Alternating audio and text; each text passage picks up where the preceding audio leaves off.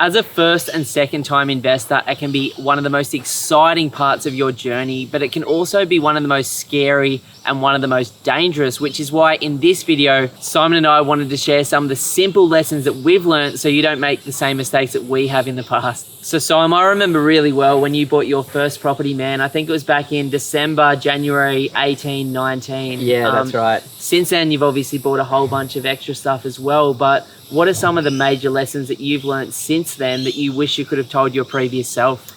Now, I think the biggest thing and the biggest advice I could give to first-time investors is just be patient, because the first one's going to be the hardest one. And there's so many different parts to it being hard, because generally for your first property, you're earning the lowest amount of income that you're going to be. So saving that deposit can take an excruciating amount of time.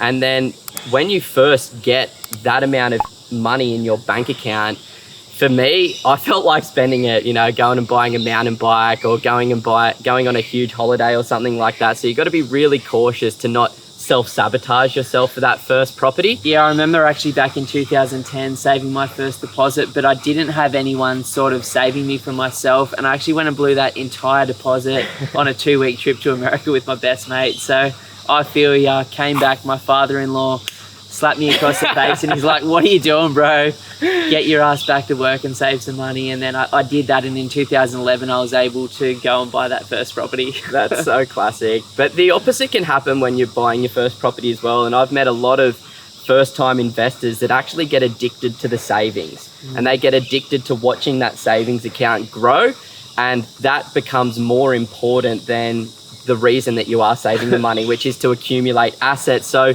you just got to be really cautious. And my wife went through this.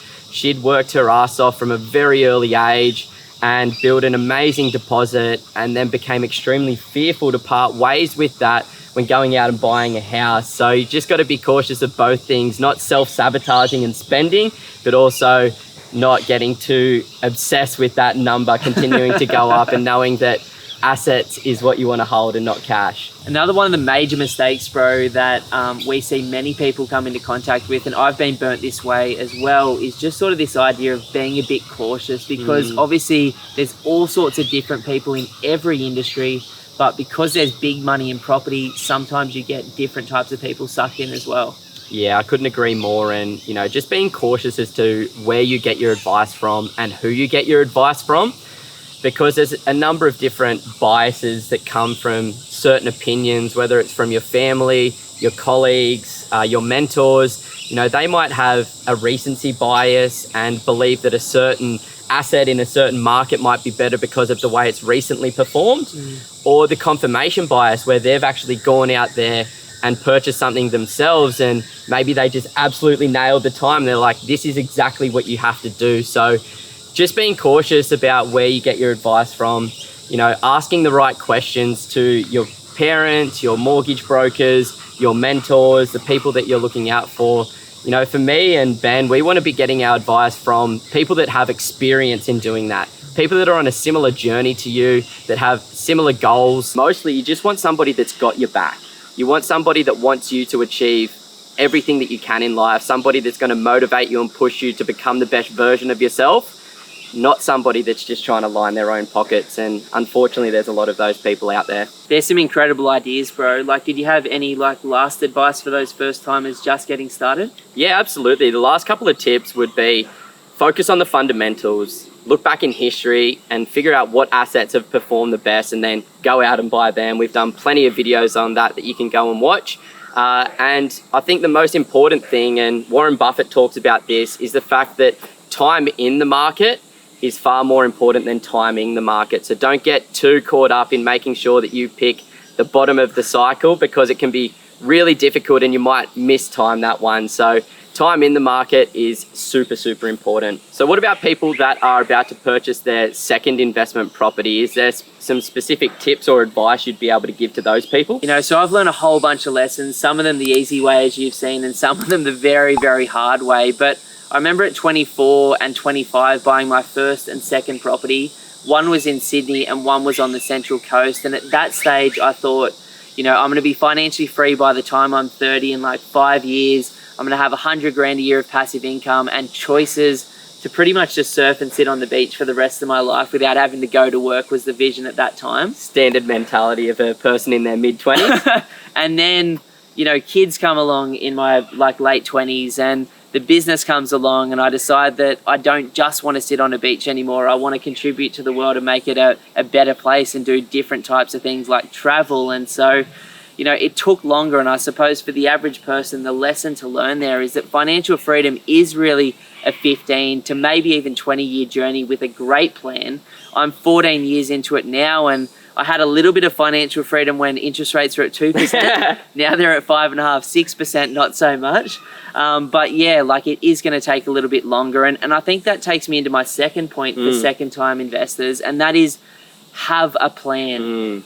Collect ideas like Simon and I have. So we talk to each other, and we talk to our friends and our family, and we talk to accountants and financial advisors and mortgage brokers, and most importantly, we like follow people's stuff online, and we talk to people that have really been there and done it. And I suppose from talking to 2,000 or 3,000 people in the last 14 years, some of them clients, some of them just incredible investors, I've learned that your plan and your success as an investor comes 100% from getting that right first and then moving forward. And I think a great video to go back and look at on YouTube or our podcast would be our 2 properties or 3 property to financial freedom strategy.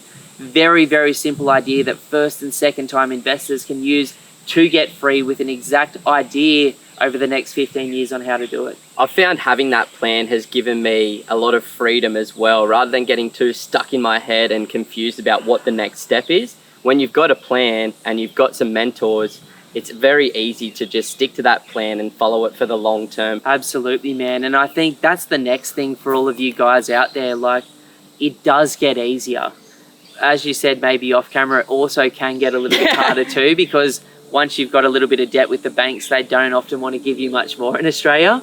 But generally it does get easier because you've got a better team of advisors, you've got better processes, you understand what you're doing, you've got the right deposit from the cash that you're saving with yourself or with your partner, and some of the equity that's being generated over time from the properties you've got. So it will get easier. For us, it is certainly more about quality over quantity. You see a lot of people going out there and buying huge portfolios that don't have an intention or a real purpose. That's sort of how your strategy started, but then it's had to change to more of a quality model as well, which has sort of worked out extremely well for you in the long run. So, you know, I think that's really important. You don't need to have 10 properties to be financially free. With the right plan, you can do it with a couple.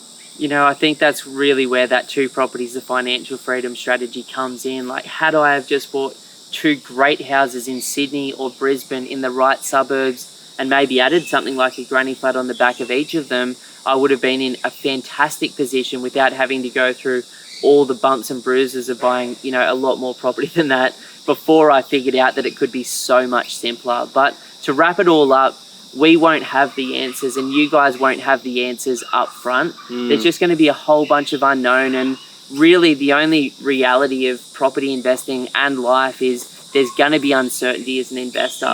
There's going to be some fear. Like, sometimes markets can be extremely scary. Sometimes they can feel amazing. And, you know, there's going to be a need to do the consistent work over time and continue to learn, continue to refine your skills, because we are talking about big time. Like, we're trading years of our lives for money to invest that money, and we're also talking about time away from our family as well. So I suppose for those of you guys who are seriously looking to buy a property at some point in the next 12 months, we would love to offer you a one-on-one strategy session where you can sit down with myself or my brother Simon, and we can talk about where you are today, where you'd like to be longer term. We can educate you on the market, and then you can take that with a grain of salt and go and absolutely smash it on your own, or collect the ideas from us to build on your knowledge. Or maybe you can become one of the extremely small number of clients we work with each month. But either way, we really do wish you all the best. To book that session, all you have to do is go to www.pumpedonproperty.com and you'll find some time there. But we hope you've enjoyed this. Please give it a thumbs up. Please subscribe to our YouTube channel if you haven't already done it. And please share this with someone if you think they need to hear it. Whew, that's a wrap. That's a wrap. Have cool, bro. Yeah. Oh, sweaty. So sweaty.